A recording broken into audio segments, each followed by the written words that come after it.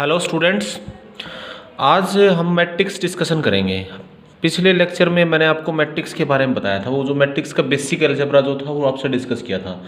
Symmetric, skew symmetric, multiply कैसे करते हैं, तो वहाँ पर आपको मैट्रिक्स के बारे में बताया था। Positive integral, power of matrix, ये सब डिस्कशन की थी। तो बच्चों अब जैसे क्या है, मैट्रिक्स का एक पार्ट हो रहेगा अभी हमारा वो, लेकिन सारा स्क्वायर मैट्रिक्स का डिस्कशन हो गया। उसके पहले हम डिटरमिनेंट डिस्कस्शन करते हैं। डेटरमिनेंट पढ़ के फिर उसको पढ़ेंगे हम, ठीक है। तो डेटरमिनेंट क्या होता है, जैसे हम मैट्रिक्स पढ़ रहे थे, ये डेटरमिनेंट वैसे तो एक अलजेब्रिक एक्सप्रेशन का अरेंजमेंट होता है, जैसे हम लिखते हैं कोई, ठीक है। जैसे लेकिन डेटरमिनेंट की वैसे डेफिनेशन दूं मैं आपको, तो एवरी स्क्वायर, डेटरमिनेंट एक फंक्शन है स्क्वायर मैट्रिक्स से रियल नंबर। यानी डेटरमिनेंट क्या होता है, every square matrix, every square matrix is associated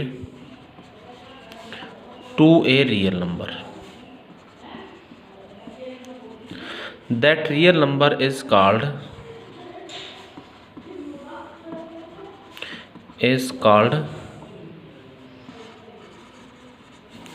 determinant of the matrix of matrix। अब देखो, ये तो इसकी डेफिनेशन है। दूसरी सेंस में मैं आपसे ये कह सकता हूँ, डेटरमिनेंट, आपने फंक्शन पढ़ लिया ना बच्चों, determinant is a function from square matrix to real matrix to real numbers. अगर रियल नंबर एंट्री है तो उसके अंदर, कॉम्प्लेक्स एंट्री है तो वो कॉम्प्लेक्स नंबर हो जाएगा, ठीक है। कुछ कॉम्प्लेक्स एंट्री है तो उसको ऐसे डिफाइन करते हैं। जैसे अब ये क्या है, मैंने आपको बताया भाई, every square matrix is associated to a real number. अब वो एसोसिएशन किस तरीके से होगी, देखो, जैसे एक ऑर्डर का कोई मैट्रिक्स होगा, स्क्वायर मैट्रिक्स एक ऑर्डर का होगा तो डिफाइन करा, जैसे बी मैट्रिक्स है ए, एक ऑर्डर है 1x1, तो ये तो सिर्फ इस ए से ही एसोसिएट हो जाएगा, इसकी वैल्यू तो ए ही आ जाएगी। तो इसका डिटरमिनेंट क्या हो जाएगा, अगर दो ऑर्डर का है, जैसे ए बी सी डी, ये जो मैट्रिक्स है इसकी एसोसिएशन किससे हो जाएगी, किस रियल नंबर से, diagonal minus non diagonal multiplication a d minus b c, इस तरह से डिफाइन कर लेते हैं। अब 3 की होगी, 4 की होगी, उसको कैसे करेंगे, एक तरह से देखो, ये एक इस अलजेब्रिक एक्सप्रेशन का अरेंजमेंट भी है, ठीक है। 3 ऑर्डर का होगा तो उसको किस तरह से करेंगे, तो हम उसको कनेक्ट करेंगे, ठीक है। वो मैं आपको भी बताऊंगा 3 ऑर्डर का कैसे सोल्व करते हैं, 4 ऑर्डर का कैसे सोल्व करते हैं। जैसे 3 ऑर्डर का होता, 3 ऑर्डर का इस तरह से होता, A1 B1 C1, A2 B2 C2, A3 B3 C3। इसका जो ये मैट्रिक्स है, इसकी एसोसिएशन किसके साथ होती, तो देखो, जैसे ये आता A1 इंटू में, अब ये कैसे है ये तो मैं बाद में बताऊंगा।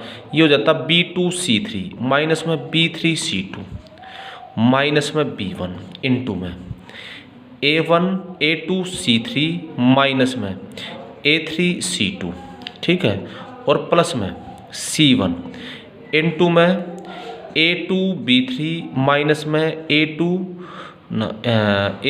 B2, इसके साथ इसकी एसोसिएशन होगी। तो ये एक अलजेब्रिक एक्सप्रेशन है। इस एक्सप्रेशन को जो है ना, ये हमारा एक अलजेब्रिक एक्सप्रेशन है, इसका अरेंजमेंट है, इस तरह से इसको लिख दिया आपने। थोड़ा सा ये हमें याद रखने में भी आसान रहती है, मैट्रिक्स में अरेंजमेंट, डेटरमिनेंट में ऐसे अरेंजमेंट करते हैं। तो बच्चों में 3 ऑर्डर का है, जैसे 4 का होगा, 5 का होगा, तो आपको होगा जी उसको कैसे डिफाइन करा गया, ये मैं आपको भी बताऊंगा, अभी सिखाऊंगा सारा इसके अंदर किस तरह से मैट्रिक्स को निकालते हैं। तो जैसे मान लो ये 2 ऑर्डर का कोई डेटरमिनेंट है, जैसे ये ए लिख दिया, ए मैट्रिक्स है, ये लिख दिया 3 5 1 4, ठीक है। तो डेटरमिनेंट ये क्या हो जाएगा सीधा बच्चों, इसको डायगोनल मल्टीप्लिकेशन यानी 12 माइनस नॉन डायगोनल 5, तो क्या आंसर हो जाएगा 7, ठीक है। 2 ऑर्डर का आप 2 ऑर्डर का सीख लो अभी, ठीक है। तो जैसे ये लिख कर लोगे आराम से इसके अंदर। जो 3 ऑर्डर का होता है, देखो ये जो मैंने लिख रखा है 3 ऑर्डर का निकालने का, एक तो सारस डायग्राम है, एक तरीका भी मैं कोफैक्टर का यूज करके आपको बताऊंगा, कोफैक्टर का यूज करके कैसे डेटरमिनेंट को निकालते हैं। जो कोफैक्टर से एक्सपेंशन करूंगा तो आप चाहे 4 ऑर्डर 5 ऑर्डर कोई भी और कोई निकाल सकते हो, फिर उसकी प्रॉपर्टीज डिस्कशन करेंगे, ठीक है बच्चों। पहले देखो 2 ऑर्डर का, देखो अगर 3 ऑर्डर का है तो एक तरीका और आता, 3 ऑर्डर का इस तरह, जैसे 3 ऑर्डर का कोई होता भाई, जैसे ये है, ये डेटरमिनेंट को ऐसे 2 लाइनें ड्रा कर देते हैं उसमें, या इसको ऐसे लिखते हैं डेटरमिनेंट, ये लगा दिया डेटरमिनेंट है, इसको आप ऐसे ही पढ़ सकते हो डेट ए, ये इसको ऐसे लिख देते हैं, ठीक है। तो जैसे ये मैट्रिक्स है 3 ऑर्डर का, 3 ऑर्डर का, जैसे मैंने आपको लिखा A1 B1 C1, A2 B2 C2, A3 B3 C3। एक होता है सारस डायग्राम, जैसे इसकी वैल्यू निकालनी है तो पता है इसका डिटरमिनेंट कैसे निकालोगे आप, इसको ऐसे लिख लो A1 B1 C1, A2 B2 C2 using सारस डायग्राम। इसको बोलते हैं सारस डायग्राम, जो मैं बता रहा हूँ सारस डायग्राम, ठीक है। अब ये सारस, इसको एज इट इज लिख लो, ठीक है। A3 B3 C3, फिर ये पहली 2 कॉलम्स फिर लिख लो एक बार, A1 A2 A3, B1 B2 B3, ठीक है। ये ऐसे लिख लिया। तो देखो बच्चों सारस डायग्राम क्या होता है, देखो ये ऐसा लिख लिया इसको अरेंज करके, जैसे इसमें करा था ना diagonal minus non diagonal multiplication, 2 order का था। 3 ऑर्डर में सारस डायग्राम क्या करेगा, देखो बस ये मल्टीप्लिकेशन, ये तो पॉजिटिव आएगी, समझ के बात ये, और ये जो मल्टीप्लिकेशन आएगी सारी नेगेटिव आएगी, ठीक है। जैसे ये क्या हो जाएगा A1 B2 C3, ये जो मल्टीप्लिकेशन, ठीक है, प्लस में B1 C2 A3, B1 C2 A3 plus C1 A2 B3, ठीक है। ये प्लस और बाकी ये क्या आ जाएगी माइनस, माइनस क्या आ जाएगी A3 B2 C1, ये फिर ये माइनस में B3 3 टर्म्स C2 A1, ठीक है। ये माइनस में C3 A2 B1, ठीक है। ये है यूजिंग सारस डायग्राम। आप समझ गए, ये 3 ऑर्डर तक के डिटरमिनेंट को ही हम इससे सोल्व करते हैं। जैसे एक एग्जांपल मैं आपको देता हूँ, जैसे मान लो ये मैट्रिक्स, ये डिटरमिनेंट लिख दिया, ये डिटरमिनेंट आपको निकालना यूजिंग सारस डायग्राम। जैसे लिख दिया 2 1 3 -1 4 2 -1 0 -2, जैसे ये था यूजिंग सारस डायग्राम।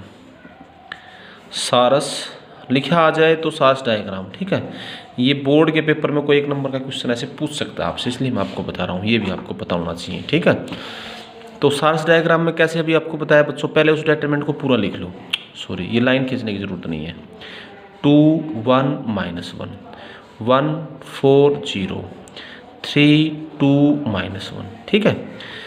अब पहले 2 कॉलम फिर से लिख लो, 2 1 -1 1 4 0, ठीक है। अब ये जो मल्टीप्लिकेशन है ये तो आएगी पॉजिटिव, ठीक है। जैसे अब देखो ये मल्टीप्लिकेशन मैं पहले कर देता हूँ, 2 × 4 × -1, तो ये 2 × 4 8 यानी -8 हो जाएगा। फिर ये क्या हो जाएगा प्लस 2 × 1 × -1, ये कितना हो जाएगा -2, ठीक है। फिर इससे इसको 3 × 1 × 0, ये +0, ठीक है। अब ये आएगी नेगेटिव, अब इसको मल्टीप्लाई करोगे -1, ये क्या आएगा 4 × 12, ये माइनस में आएगी मल्टीप्लिकेशन, है ना। चाहे इसको सारे माइनस में आएंगे, कितना आ जाएगा -12 ऑलरेडी, है ना, ठीक है। माइनस में ये क्या आ जाएगा 0, ये क्या आ जाएगा माइनस, ये 1 × में ये भी क्या आ जाएगा -1, ठीक है। तो ये माइनस माइनस प्लस हो जाएगा, ये तो माइनस तो 10 हो गया, +12 और +1, है ना, ठीक है। तो ये क्या होगा +13 -10 यानी 3, ये आंसर आ गया। तो ये है यूजिंग सारस डायग्राम। सारस डायग्राम का यूज करके आप इस तरह से सोल्व करोगे किसी भी डिटरमिनेंट को, आप आराम से इसको निकाल सकते हो। तो 3 ऑर्डर का डिटरमिनेंट सारस डायग्राम का यूज करके हम इस तरह से सोल्व करते हैं, ठीक है। अब मैं आपको इसमें कुछ टर्म्स बताता हूँ, आप समझ के डिटरमिनेंट क्या होता है, बस पहले बेसिकली ये चीज़ सोचो। फिर देखो बच्चों इसके अंदर, इसके बाद जैसे ये आपको समझ में आ गया, ठीक है। अब मैं आपको थोड़ा सा कोई स्क्वायर मैट्रिक्स लिया, जैसे मैंने ये, इसमें आपको 1-2 टर्म्स की डेफिनेशन बता रहा हूँ, minor and cofactor, minor and cofactor. पहले इनको ध्यान से समझना बच्चों, माइनर और कोफैक्टर क्या होते हैं। जैसे लेट A = AI, ये डेफिनेशन लिख रहा हूँ, ये n × n be N E square matrix, ये कोई भी स्क्वायर मैट्रिक्स है, ठीक है, ऑफ ऑर्डर n, है ना। तो ये हर एलिमेंट का माइनर होते हैं और हर एलिमेंट के कोफैक्टर होती हैं। तो किसी भी एलिमेंट का जो माइनर है, जैसे minor of A i J, general element लिख रखे हैं, तो minor of A i J is the value of determinant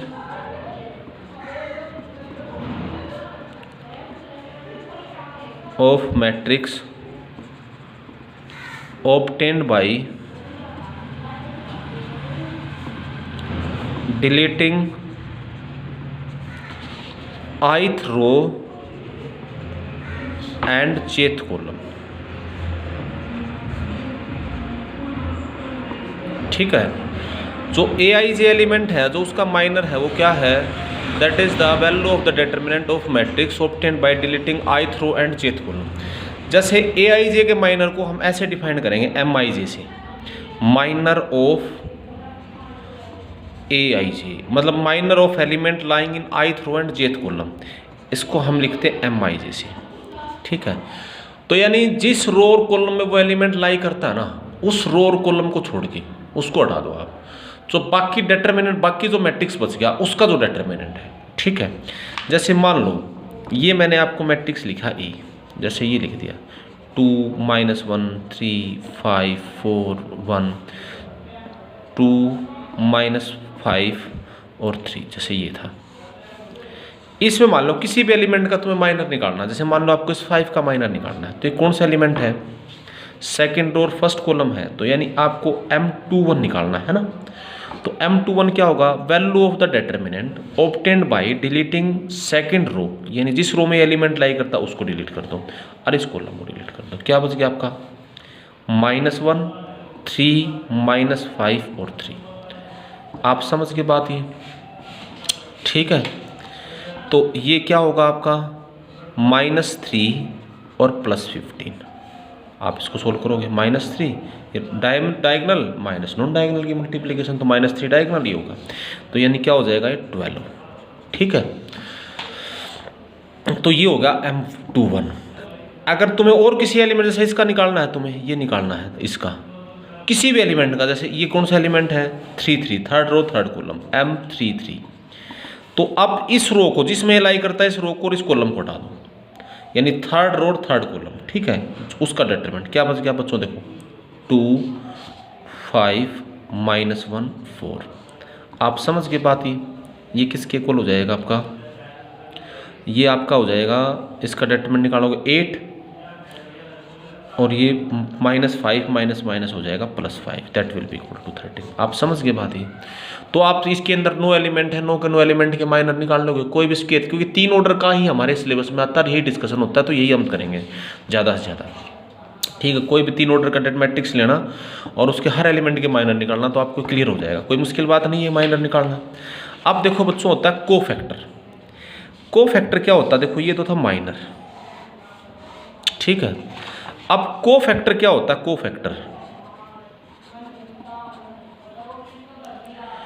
cofactor of किसी का कोफैक्टर भी एलिमेंट का होता है, cofactor of A i J is -1⁻⁻I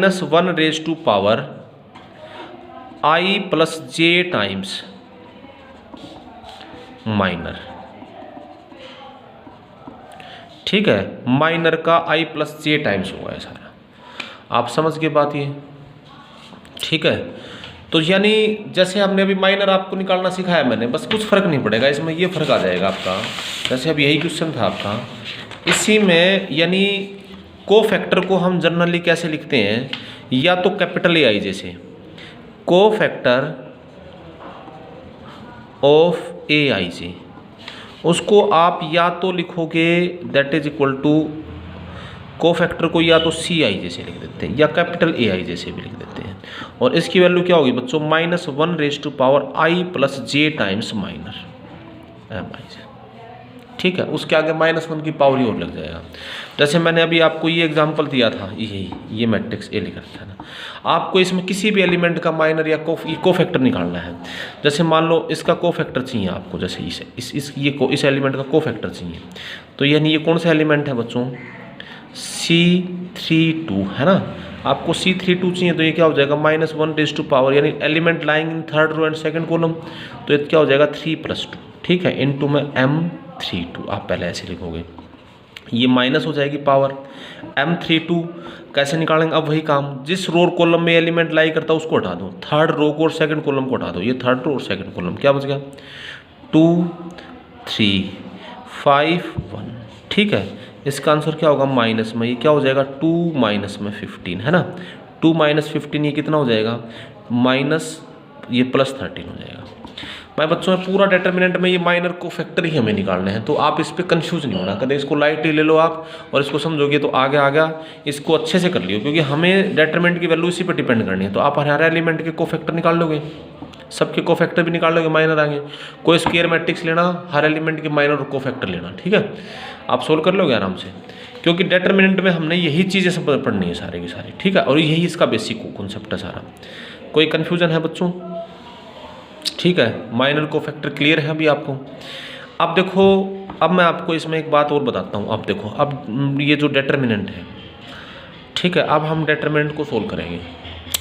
इस चैप्टर में डिटर्मिनेंट ही थोड़ा सा दिमाग लगेगा, इस चैप्टर में थोड़ा सा हमें इसको थोड़ा सा सोचना पड़ेगा भाई किस तरह से इसको अप्लाई करना है, कैसे प्रॉब्लम्स में अप्लाई हम इसको करेंगे, ठीक है बच्चों। देखो इसकी अब मैं आपको कुछ प्रॉपर्टीज़ बताता हूँ, देखो सोल्व तो आराम से आप कर लोगे, कोई डिटर्मिनेंट है वैसे तो सोल्व कर ही लोगे आप इसके अंदर, है ना।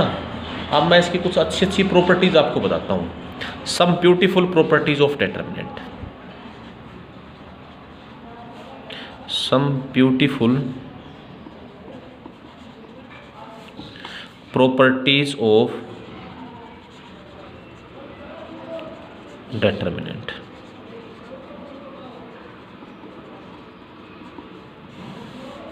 ठीक है। तो some beautiful properties of determinant, ये देखो जरा, अब मैं इसकी प्रॉपर्टीज दे रहा हूँ, ध्यान से समझ लो, ये प्रॉपर्टी अगर आपको समझ में आ गई तो आपको समझ लो सारा चैप्टर समझ में आ जाएगा ये, ठीक है। पहली प्रॉपर्टी क्या है बच्चों, value of determinants remains unchanged, determinant किसका होता है स्क्वायर मैट्रिक्स का, ठीक है। Value of determinant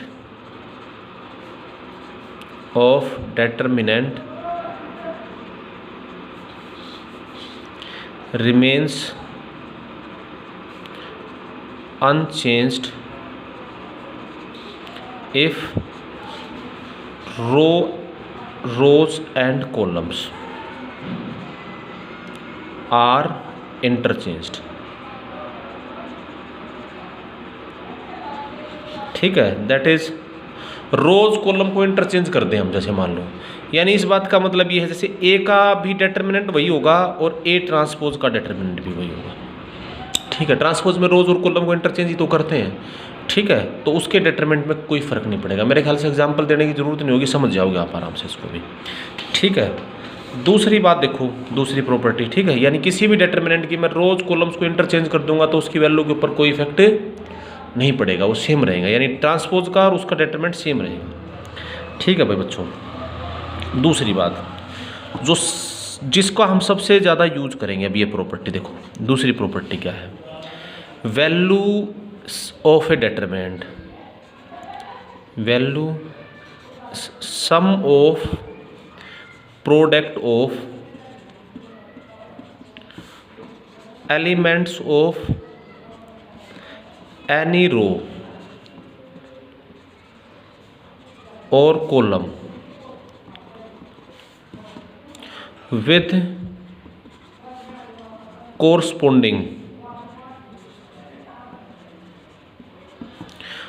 corresponding elements of, now with corresponding cofactors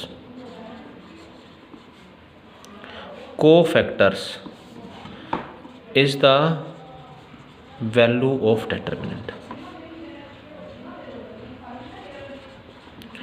आप समझे बच्चों ये बात, देखो ये मैंने क्या लिखा है, sum of the product of the element of any row, किसी डिटरमिनेंट की वैल्यू अब तुम कैसे निकालते हैं, जैसे मैंने अभी वो बताया था वो अलजेब्रिक तरीका, सारस डायग्राम जो भी अभी बताया था, एक्चुअली में वो ये होता है, आप माइनर को फैक्टर समझ गए थे, 1 फिर 2 फिर 3 ऐसे उसको निकालते थे सारे इसके अंदर। किसी भी एलिमेंट, किसी भी रो या किसी भी कॉलम के एलिमेंट और उनके कोरस्पॉन्डिंग कोफैक्टर्स की मल्टीप्लिकेशन का जो सम होता है ना, that is the value of the determinant. जैसे मान लो ये डिटरमिनेंट है आपके पास, ये डिटरमिनेंट है, डिटरमिनेंट को डेल्टा से लिख देते हैं हम। ये 3 ऑर्डर का मैट्रिक्स है भाई, A11, A12, A13, A21, A22, A23, A31, A32, A33 बच्चों। तो जो मैंने यहाँ ऊपर डेफिनेशन लिखी हुई है, this is the sum of the product of the element of any row with their corresponding cofactors. ठीक है, तो आप इसको पहली रो में भी सोल्व कर सकते हो, दूसरी रो में भी सोल्व कर सकते हो, तीसरी रो में भी सोल्व कर सकते हो।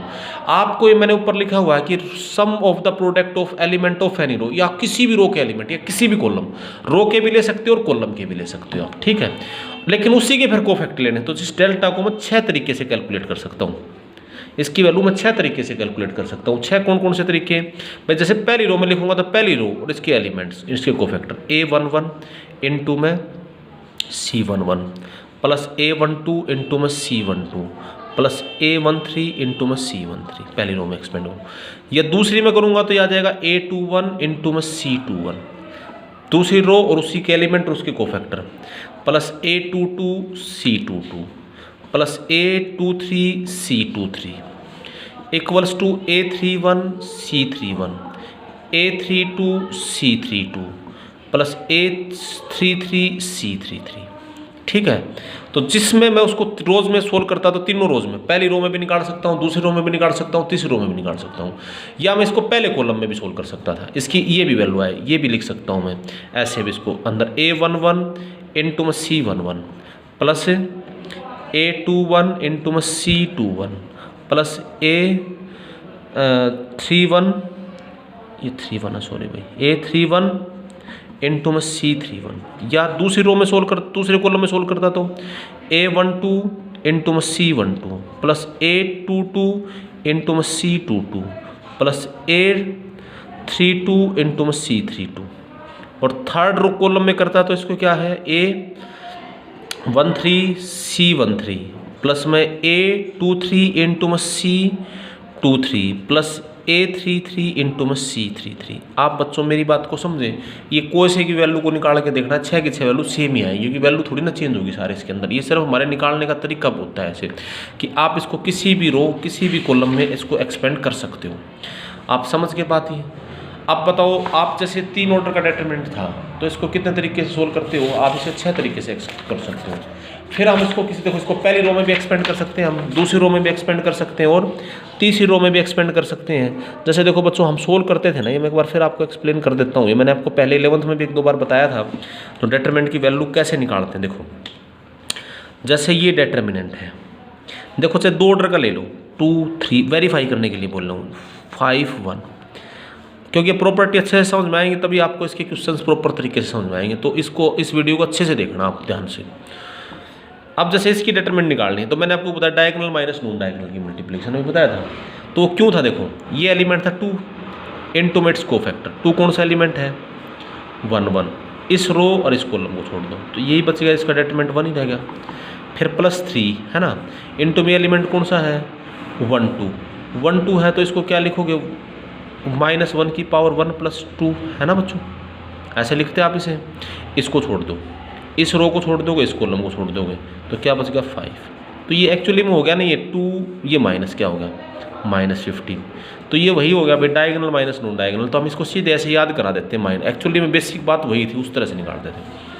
अब जैसे कोई 3 ऑर्डर का है, जैसे 3 ऑर्डर का है, सार्स डायग्राम को छोड़ो, आप जैसे लिख दिया 5 2 4 1 3 0 0 2 5 4, जैसे अब ये इसको निकालना था तुम्हें। ठीक है, कितने तरीके से इसे निकाल सकते हो आप, इसको पहली रो में भी सोल्व कर सकते हैं। जैसे मैंने आपको 11th क्लास में ही समझाया था, याद करो, एक तो आप डिटरमिनेंट जैसे पूछ रहे थे तो मैंने आपको बताया था भाई देखो ये 5 लिखो, 5 इंटू में इट्स कोफैक्टर। तो इसका कोफैक्टर क्या आएगा, -1 की पावर 1 + 1। वहाँ आपको कोफैक्टर माइनर नहीं बताए थे, आपको ये बताया था इन दोनों को छोड़ दो, ये डिटरमिनेंट 3 0 2 4, बोलो समझ गए। प्लस में 2 इंटू, अब हम अपने इस रूल से निकालेंगे, 2 इंटू में ये एलिमेंट कौन सा है, 1 2, तो इस -1 की पावर 1 + 2 है ना, इनटू में डेटर्मिनेंट, इस रो को इस कॉलम को छोड़ दोगे आप, तो क्या बच जाएगा आपके पास 1 0 0 4, है ना। फिर प्लस 4 इनटू में, ये क्या है, expanding in first row in terms of first row R1, पहली रो में एक्सपेंड कर रहा हूँ, पहली रो का एलिमेंट ले रहा हूँ। देखो 4 इनटू में इस, ये क्या होगा, -1 की पावर, देखो -1 की पावर हो जाएगी 1 + 3, जैसे पूरे रूल से लिखोगे तो, है ना। इसको छोड़ दोगे, इसको छोड़ दोगे, आप समझ गए बात ही। ये क्या बच जाएगा 1 0 3, तो देखो बच्चों ये तो प्लस हो जाएगा, ये देखो 5 इनटू में, ये आपको वैसे लिखा था 5, या माइनस लिखता था, माइनस इस वजह से आता था भाई बच्चों, ठीक है। ये -1 की पावर 3 थे नहीं, तो ये माइनस आ जाएगा, इस वजह से आगे आता है -5, ये कितना होगा 12, ये तो 0 ही हो गया। ये -2 इनटू में ये 4, है ना, इनटू में 4, आप समझ के बात ये, और ये 0 हो जाएगा। इसको सोल्व करोगे, ये क्या होगा प्लस, ठीक है, +4 इनटू में कितना हो जाएगा 2, ठीक है। तो ये तो क्या होगा 0 कैंसिल हो गया, 0 हो जाएगा। ये -8 + 8 0, तो ये आपका आंसर क्या आ जाएगा 60, ठीक है। ये आपने किस में एक्सटेंड करा है, पहली रो में। आप इसे दूसरी रो में भी एक्सपेंड कर सकते थे, आप दूसरी में भी इसका 60 आंसर आएगा। जैसे सेकंड रो में एक्सपेंड करना चाहते हैं आप, जैसे इसमें करोगे, है ना, expanding in second row, expanding in R2 in terms of R2, तो आप क्या लिखोगे 1 इनटू में इट्स को फैक्टर लिखते हैं 1, तो 1 का को फैक्टर होगा भाई -1 की पावर 2 + 1, है ना, क्योंकि ये 1 2 एलिमेंट 2 1 एलिमेंट है। तो अब आप इस रो को छोड़ दोगे, इस कॉलम को छोड़ दोगे, तो क्या बच जाएगा, इनटू में डेटर्मिनेंट ऑफ 2 4 और 2 4, बोलो कोई कंफ्यूजन है, ठीक है। 2 4 2 4 सॉरी, हाँ 2 4 2 4 ही आ जाएगा। प्लस में फिर रखोगे 3 इनटू में डेटर्मिनेंट, सॉरी ये -1 की पावर 2 + 2 होगा, है ना, क्योंकि 2 2 एलिमेंट है, -1 की पावर 2 + 2, तो अब की बार आप इस कॉलम को छोड़ दोगे, इस रो को छोड़ दोगे, क्या बचेगा 5 0 4 4, बोलो समझ गए बच्चों बात ये। और प्लस में फिर ये क्या होगा भाई 4 इनटू में -1 की पावर 2 + 3 इनटू में क्या होगा 0, सॉरी ये इसको लिखोगे तो 0 इनटू में, तो 0 इनटू में सब नंबर करोगे तो 0 ही हो जाएगा, वो लिखने की ज़रूरत है नहीं। तो देखो ये आंसर क्या हो जाएगा आपके पास, ये क्या, ये भी 0 आ गया, -1 ये 8, ये क्या होगा माइनस इनटू में ये 8 - 8, ये तो 0, प्लस ये क्या हो जाएगा 3 इनटू में ये 0 यानी 20, तो ये 0 यानी क्या होगा 60, ठीक है। आप इसको इसमें भी सोल्व करोगे तो भी 60, पहले कॉलम में करोगे तो भी 60। आप इसको 6 तरीके से किसी भी तरह सोल्व कर सकते हो बच्चों, जल्दी बोलो। तो आप किसी भी डेटर्मिनेंट को किसी भी रो या किसी भी कॉलम में आप उसको एक्सपेंड कर सकते हो, ये सबसे ज़्यादा यूज होगी प्रॉपर्टी। इस पर कोई कन्फ्यूजन है आपको, अच्छे से इसको समझ लियो, किसी और को एग्जाम्पल देख के देख लेना कैसे करते हैं, माइनर को फैक्टर को किस तरह से लिखते हैं, ठीक है। फिर बच्चों जैसे अभी आपको मैंने बताया इसको ऐसे एक्सपेंड कर सकते हो आप, तो लेकिन आप इसको फिर किस में करना पसंद करोगे, वैसे एक बात बताओ, हम इसे किस में एक्सपेंड करना पसंद करेंगे इसको, हम इसको एक्सपेंड करेंगे उस रो और कॉलम में जिसके अंदर मैक्सिमम नंबर ऑफ जीरोज हो। देखो मैंने इसको सेकंड रो में सोल्व करा, सेकंड रो में मुझे 0 का कोफैक्टर लिखने की जरूरत नहीं पड़ी, है ना, क्योंकि भाई 0 से मल्टीप्लाई करेंगे 0 हो जाएगा। तो हम हमारा जो टारगेट होगा, वैसे तो हम इसे 6 तरीके से किसी तरीके से कर सकते हैं किसी भी रो, तो हम किस में एक्सपेंड करेंगे बच्चों, जिसमें इसकी मैक्सिमम नंबर ऑफ जीरोज हो जिस रो या कॉलम में, ठीक है। अगर इसी बात से भी बात प्रूफ है कि अगर किसी डेटरमिनेंट की वैल्यू किसी डेटरमिनेंट में अगर एक कोई रो या कॉलम आइडेंटिकली 0 यानी सारे एलिमेंट 0 हो तो उसकी वैल्यू भी क्या हो जाएगी बच्चों 0 हो जाएगी या नहीं हो जाएगी, आप समझ के बात ये, क्योंकि हम उसे उसी में एक्सपेंड कर लेंगे। कोई कन्फ्यूजन है इस बात में, ये काफ़ी यूज़ होगी, इसलिए इस प्रॉपर्टी को मैंने थोड़ा सा टाइम लगाया इसके ऊपर समझाने में आपको, आप क्योंकि इसी से ही हम सारे उसको निकालेंगे, ठीक है। जैसे मान लो मुझे ये डेटरमिनेंट निकालना होता 4 3 2 5 1 -2 003 जैसे इसको निकालना होता। तो बच्चों आप इसको किस में एक्सपेंड करते सीधा, इसकी वैल्यू निकालनी होती है हमें, तो हम पहले है तो हम इसको निकालेंगे R3 की टर्म में एक्सपेंड। क्यों? क्योंकि मुझे इसका कोफैक्टर नहीं लिखना ना इसका कोफैक्टर लिखना, सिर्फ इसका, आज जल्दी सोल्व हो जाएगा। तो जिसमें मैक्सिमम नंबर ऑफ जीरोज हो उसको ऐसे, क्योंकि हम तो किसी में सोल्व कर सकते थे, इसका डिटरमिनेंट सीधा क्या हो जाएगा, ये लिखना नहीं ये लिखना, बस 3 इंटू में इसका कोफैक्टर, ये 3 तो प्लस ही रहेगा, इंटू में डिटरमिनेंट ये आ जाएगा 5 3 5 1, क्या होगा 3 इंटू में ये कितना हो जाएगा 5 माइनस में 15 यानी 10, तो your answer will be equal to -30। आप इसको कर लोगे इस तरह सोल्व। मान लो ये भी 0 हो जाता है 3, तो इसकी वैल्यू 0 हो जाती है, ठीक है, क्योंकि इस 0 जीरो सोल्व कर लेते हैं। तो यानी एक डिटरमिनेंट की कोई भी रो या कोई भी कॉलम आइडेंटिकली 0 हो तो उस डिटरमिनेंट की वैल्यू क्या होगी बच्चों 0। आप समझ गए बात ये, ठीक है। अब देखो तीसरी, ये मैंने आपको दूसरी प्रॉपर्टी बताई थी, तीसरी प्रॉपर्टी क्या है, थर्ड, ठीक है। थर्ड प्रॉपर्टी क्या है, वैल्यू ऑफ द डिटरमिनेंट। जो थर्ड प्रॉपर्टी है ना आपकी, देखो किसी भी रो या किसी भी कॉलम के एलिमेंट्स को कोरस्पोंडिंग कोफैक्टर से मल्टीप्लाई करेंगे तो डिटरमिनेंट की वैल्यू आती है, ठीक है।